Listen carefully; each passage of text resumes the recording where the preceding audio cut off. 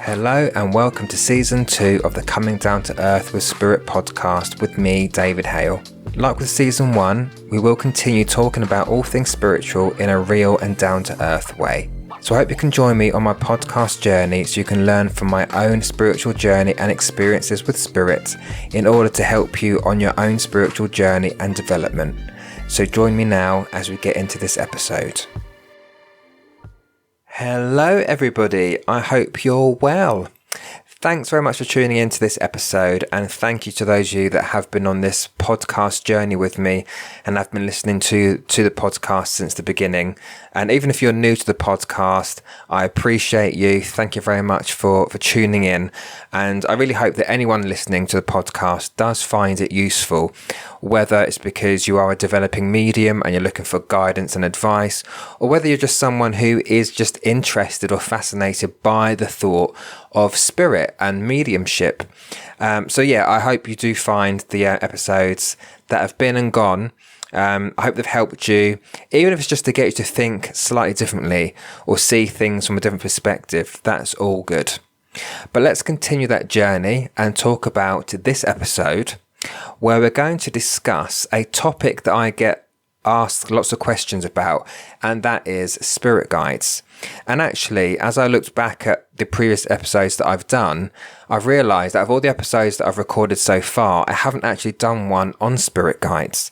So now is the perfect time to do one. But also I was listening to a podcast by another medium called, he goes by Medium Joe, but his name is Joseph Haig, and he's a medium who actually I really like as well. He's got a good heart, he's got a lot of knowledge as well. And I think it's a really good medium, and he's personally given me a reading before now as well. And he inspired me to actually do this episode because, like myself, he's very just cuts straight to the point of what we're talking about, cuts out all the BS and all the bullshit to get down to the honest and real aspects of mediumship and development. So I felt inspired. So because I felt so inspired, Spirit were dropping a lot of thoughts in my head yesterday, actually, about what to say, the kind of topics to talk about in more episodes. And so I feel like I've got a lot to say in this episode. So therefore, I'm splitting this episode into two parts. So in this part, we're going to talk about, what spirit guides are, theories around them, how to meet them, and all the general stuff. And then part 2 will be more the personal aspect of it. So I'm going to give you real life examples of how I met my guides to help give you an idea of how we can meet our guides, how we can get to know them, and just give the realities of what it's like or to meet a spirit guide, because there is a lot of fluff out there. There's a lot of nonsense that's spoken about spirit guides from my perspective. So this episode is about myth busting as well. Now, I always say, look, I'm not here to convince or convert people, right? I talk about my own experiences, my own knowledge from what I have studied, what I have learned, etc., what I've been through personally. And therefore, you have to go with what you resonate with, because there are varying stories and examples out there that people give you. And from my mindset, some of that, again, is just nonsense, and some of the ego is brought into it. But that aside, again, this episode is not to tell you to believe what I'm saying or to convince you about what I'm saying. These are my personal experiences and my thoughts, and you can take from them what you will. But as you know, I just keep it down to earth. I keep it honest about my feelings around it. And so, yes, so I hope you do enjoy the content of this episode. And I think I've done enough of an introduction, so I think we should just get straight into it and talk more about spirit guides. So let's talk about, from my perspective, what a spirit guide is, and I'll try to keep it as basic as I can, as to not confuse people. But a spirit guide is a spirit being, obviously residing in the spirit world, who is with you throughout your life, trying to guide you on life's path. Now, I say life's path because you don't need to be a medium or a psychic to have a spirit guide. It is said that we all have a guide, whether we recognize them or not. And it may not be the same guide that is with you throughout your life. They can chop and change. They can come in, they can come out, depending on where you are in your life. But it is believed that a guide is with us from the day we're born until the day that we pass. And I mentioned there that sometimes we don't recognize that we have spirit guides. And that is generally the case. Unless you are a working medium or a psychic, you don't always know that you've got a guide there or who they are. But that's okay. If you're not doing this work, this mediumship work or spiritual work, you don't necessarily need to know who your guide is. It's just having the understanding that there is someone there in spirit, or could be multiple spirit people who are trying to guide you in this lifetime, through your life, to make certain decisions and choices. But yeah, we don't always know who they are. But again, just know that you've got spirit there. Now, if I talk about spirit guides from a medium's perspective, as well as our guides assisting us on our life's path in general, they will also assist us with our journey of development as mediums.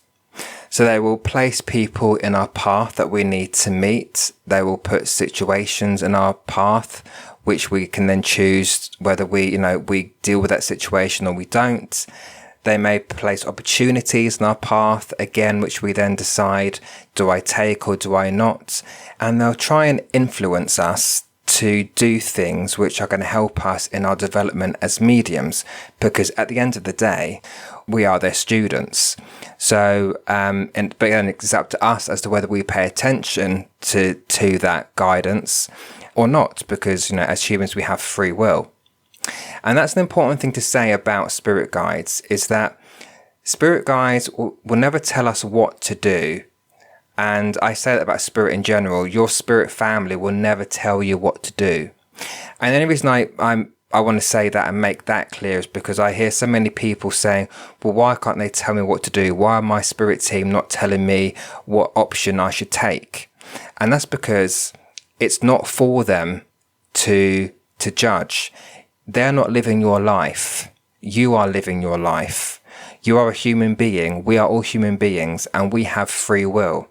And it's up to us as humans to use that free will to make certain choices and decisions in our life, because we are here living it. Your spirit team, your spirit guides are not living your life for you. They can guide us, but it's up to us as to whether we pay attention to that guidance or we don't. And that comes through gut instinct. That comes through intuition. When you get that feeling where you've got to make a certain decision and you're being pulled for no particular reason to one choice over the other. And it's not because it's a logical thing, because it makes logical sense. You just have a feeling that that thing over there is not going to work, but this thing over here feels better. And it's those kind of feelings and sensations that we should pay attention to, because we're being guided to do certain things. But ultimately, that choice is yours. It's not up to spirit. It's not up to your spirit guides, your spirit team to make those decisions for you. And to kind of give you a real life version of that, if you like, I liken a spirit guide to somebody who, like a teacher. So think back to your years in school, or even in adult life at work or something, where you have someone who is teaching you, or you see someone who is or you have someone who's mentoring you. What you will find is, if they're a good mentor or a good teacher, they will give you certain tools, they will give you certain guidance and advice, but then they'll leave you to your own free will. They'll leave you to take that guidance and advice and apply it to where it needs to go, should you wish. A mentor is never going to tell you what to do. They might give you tools how to get there, but ultimately it's up to us as people to get there ourselves, the mentor can't do the work for you, because again, it's not their journey, it's not their life. Their purpose is just to help you get to a certain place, whether it's to achieve some kind of goal or to get through an exam or qualification or whatever. They're not going to give you the answers. You have to find them yourself, but they're giving you the knowledge, the understanding, the guidance to get to that point. They're not always there. You're not always going to have them next to you 24/7, because they need you to make those decisions and choices by yourself. So in a rather large nutshell, that is what a spirit guide is from my perspective. So that's the what is a spirit guide. But actually, who is a spirit guide? Who can our guides be? And again, this is another question that I get asked quite a lot. And this is also where we do some myth busting. So for me, a myth is that your spirit guide has to be some high esteemed figure, like a monk or a nun or a Native American or some holy religious figure, when actually that is just not the case. A lot of those stories are about the ego of the medium, because they go on about how great their spirit guide is, that they're this highly religious figure and all this business. When actually, from my own personal experience, your spirit guide can be an ordinary person who once walked the earth, but has either lived many lives, or just throughout their life, they have acquired enough knowledge and wisdom to be a spirit guide to somebody here. And actually, just to add to that, I do believe that if it is an ordinary person, they would have had to, as I say, acquired a certain amount of knowledge. And that could be through many lifetimes. I don't feel it could be someone who passed last week is suddenly going to become someone else's spirit guide. But it depends on what journey their soul has been through, what have they acquired in their lifetime, they can lend that to being a mentor for someone earthly living, right? So I do believe they have to get to a certain degree of wisdom in order to be a spirit guide. But again, that can be an ordinary person that has done that. And I think that's important to say, because when you are at the start of your mediumship journey, when you are learning, you are hearing these stories and you can be easily influenced by that, because it'd be great to say that I've got this highly religious figure as a spirit guide. Now, it might make you feel a little bit special, but we're not. We are just ordinary people developing our mediumship, right? We're no more special than anybody else. And your spirit guide is no more special than anybody else's spirit guide, because we get from our guides what we need. They work with us for particular reasons. So no one and nothing is more special than anybody else. So it just needs to be open-minded as to who can be a spirit guide, and have no preconceptions based on other people's stories about who our guides can be. And look, I'm not saying that a spirit guide cannot be a monk or a nun or a Native American. In fact, one of my guides is a monk.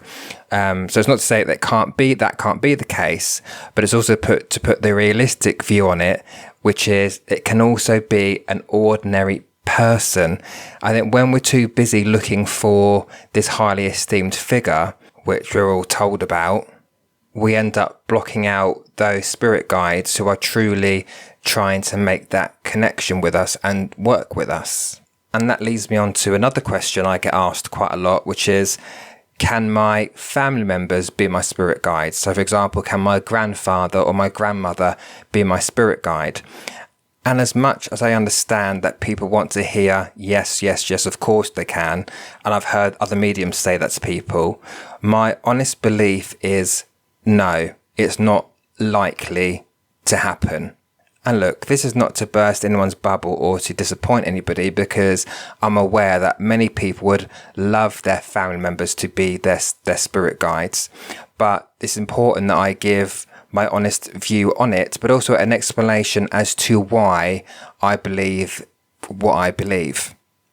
And look, there are many variables with this, but I don't believe that's the case, because there has to be a sense of objectivity with this, because think about it.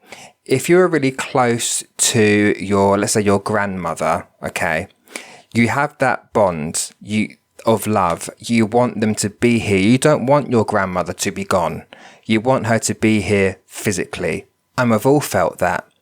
And what can happen is that because of our bias of wanting them to be here rather than be gone, our minds can pull in those memories that we have rather than it being a natural connection to spirit. So then it becomes very subjective. And then you have to question, okay, am I really feeling that from them? Is it really a spirit connection, or is that my wishful thinking? Is that my mind, my logical mind, pulling in those memories or bringing in things I want them to say because they're my grandparent? So therefore, there is no objectivity there. So that's one reason. Also, the second reason, as I said earlier on, is that your grandparent would have had to have lived through many, and we're not going to know this, but they would have had to have lived many lives to have acquired the knowledge to be a guide, right? They need to be able to guide you through your life, but to give you guidance on also on your development as well. Now, it's not to say that your grandparent can't be a guide, but they may just be a spirit guide for somebody else, because again, that objectivity is not there for them to be your guide, if that makes sense what I'm saying.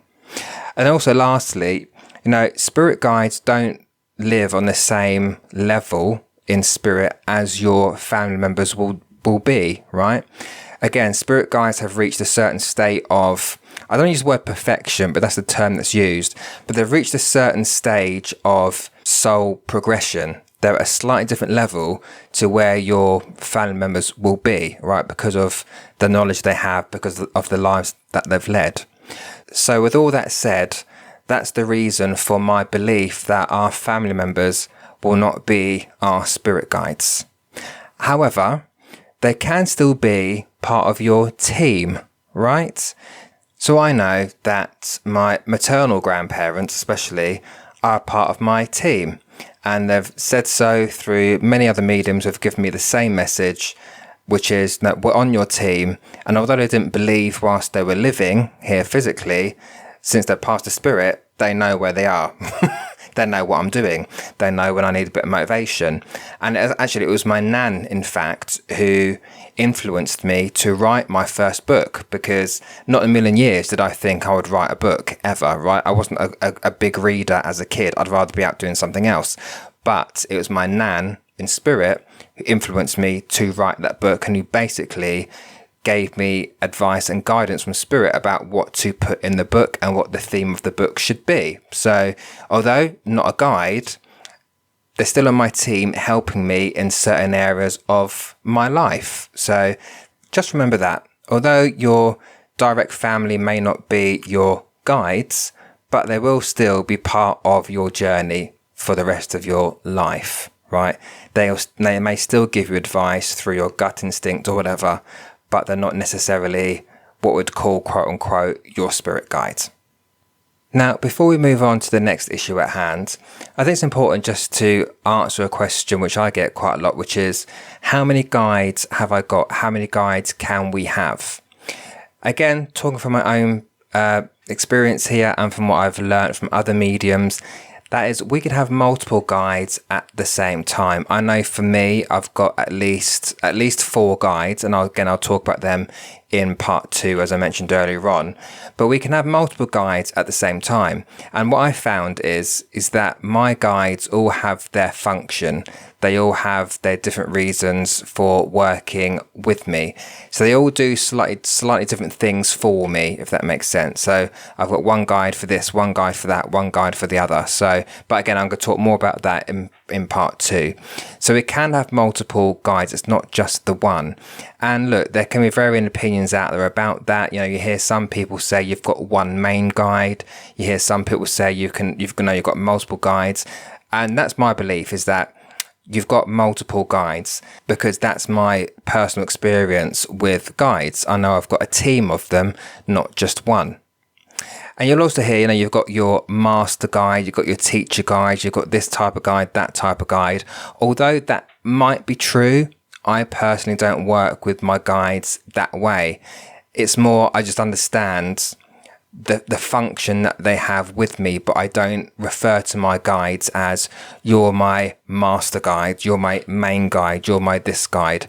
They all work together with me in their own way, and that's just my relationship with them. But other people might have different relationships with their guides. They might refer to them as being certain types or certain things. I personally don't work that way. But yeah, ultimately, you can have more than one guide at the same time. And as I alluded to earlier on in the episode, is that they can also interchange. You may have some guides that are with you for a certain period, and then they leave and another guide comes in. Because my belief is that your guides know what you need more than you do. So they will bring in new guides to develop certain areas of your mediumship. So if you're stepping up in a certain way, then they might bring a guide in to help you with that and to step you up a level. And again, I'll talk more about that, my personal experience with that, in part 2. But I do believe they can chop it. I don't believe it's a regular thing, like they chop in and chop out every couple of months. I don't believe that. I believe that there's just certain times in your life where you've developed to a certain stage where the guide that developed you to that point is no longer required, and you need someone else to come in and step you up even further. That's just my belief, again, from my experience that I've had with my guide team. So yes, we can have multiple guides at the same time. So now we've identified what a spirit guide is, who they can be, and how many we can have. Now let's talk about who can tell you who your spirit guides are. Well, not me. I personally do not do spirit guide readings. I do not tell anybody who their spirit guide is. And here's the reason why. And it may be quite a controversial answer, but I've got to be honest with it.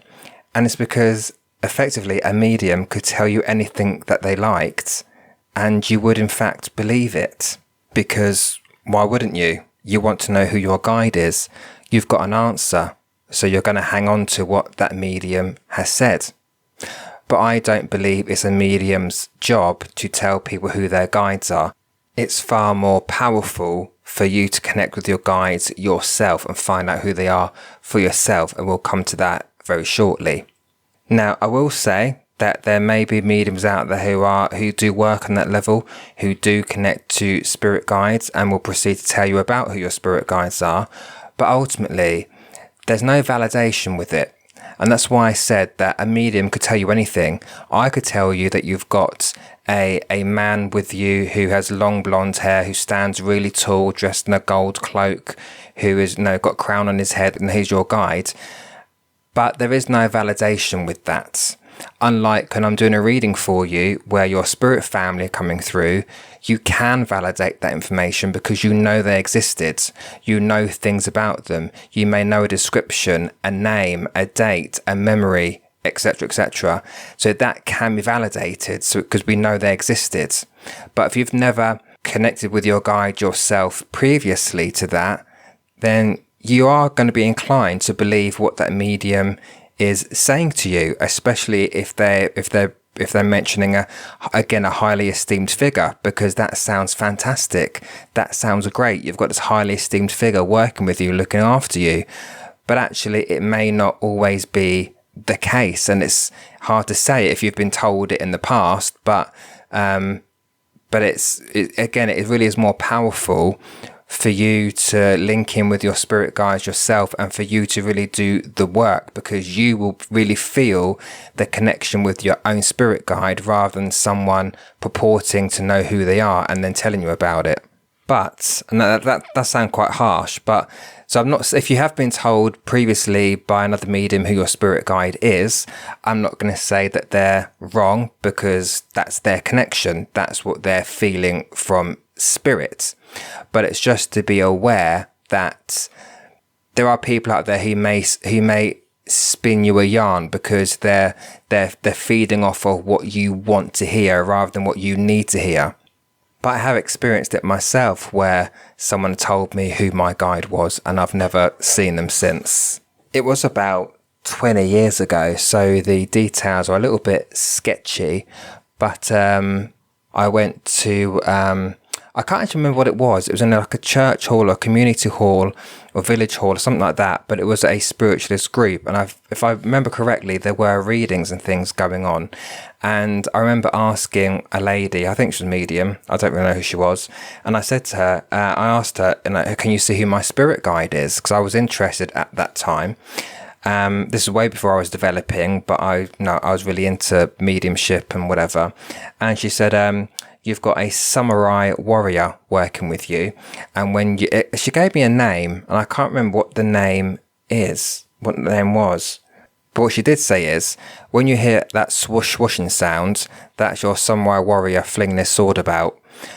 I hasten to add, I never had communicated with, even now, even years into my development, I've never felt, seen, connected with that samurai warrior. That's hard to say.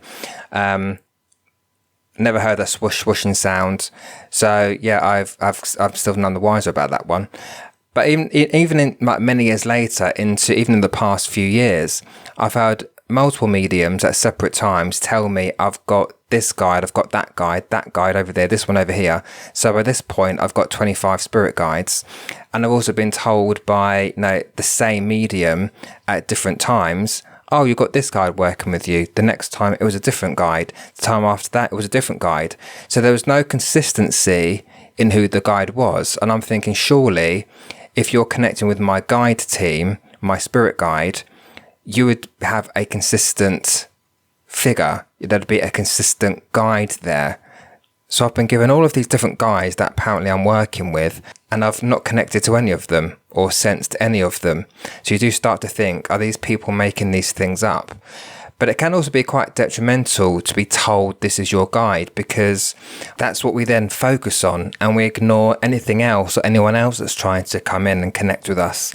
And I heard that story from another medium who was in his early years of development when he was told that this is your guide and they look like this and to look out for them. So he did. But whilst he was so busy doing that because he was told to look out for them, he was actually pushing away and blocking out an actual guide that was trying to communicate with him and connect with him to say, I am your guide.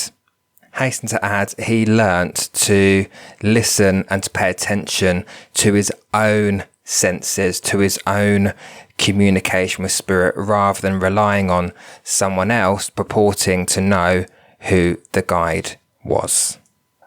So you kind of have to do the work yourself and establish who your guides are by yourself, on your terms, with your own connection, with your senses.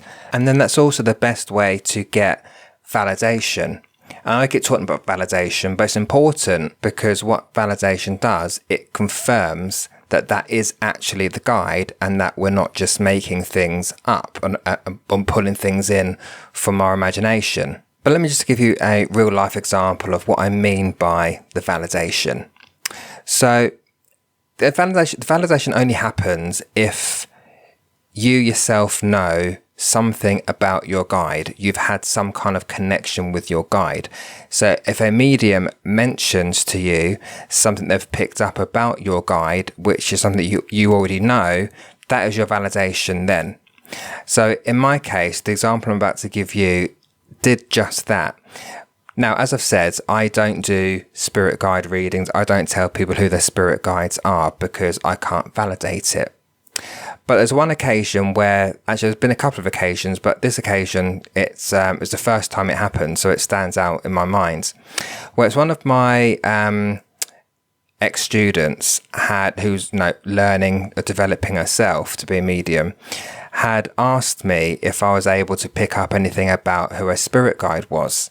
And at that point, I did refuse that.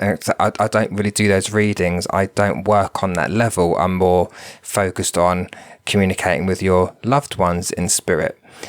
So I did refuse at that initial point, but the way spirit work with me is if I do doubt myself in some kind of way or say I can't do something, spirit have other ideas. And as I said no, I started getting images and certain things placed in my mind to do with a spirit guide. So I said, look, let me just see if I get anything. I can't promise anything, but I'll sit down later. I'll go into a kind of meditation and see if anything drops into the mind. And so I thought, I'll give it a try. This was not a reading, anything like that. It wasn't a paid thing. It was more just seeing what I could get for her to answer her question. And as I did go into that meditation, actually, no, what it was, I was doing some exercise at home. I was working out at home, I had the weights out and the bench out. And as I was working out, my mind was going to the question she had asked about a spirit guide. And that started pulling in information, not pulling in, but I started receiving information and images about her guide. So I actually had to stop working out. I had to put the weights down and I got my notepad out. And actually what I also got out was my sketch pad. Now I have done some spirit art in the past where I used charcoal just to draw out faces of spirits that I've seen. So I've done that with my own spirit guides, and I've done that a couple of times with some other people where I've seen images of them. So I've drawn them and they've turned out to be correct. So I thought, now I'm getting certain images in my head about this spirit guide. So I thought I get my sketchbook out, which I did, and I started sketching in charcoal the face of what I was seeing. As well as that, I was getting like names pop in. I was getting different little bits of evidence pop in as well to do with the guide, in order to give it to my ex-student. And so I did that, and I then sent the image and the evidence across to the lovely lady, to which she replied, "Fabulous, that's validated, because what you've said is what I already know." And I didn't know that. So one thing that I did mention was that I felt the guide was from India, and she had previously, without telling me beforehand, had confirmed that she had connected with her spirit guide before through her own development, and had been told that her guide was from India. And it was a male, and I'd also brought a male through as well. And so actually she has that image in a frame in her house. And that's where the validation happens, is because she already knew something about her guide, and what I had said had just validated what she already knew. So again, it confirmed that it wasn't just her imagination or making it up. It was confirming through the details we both had, putting them together, that indeed that was her guide. So that was her validation in that case. So that's okay, because that can be validated. But again, if you've never had any connection with your own guide, with your guide yourself, then again, effectively, a medium could say anything to you and you'd go, oh, yes, yes, yes, yes, yes.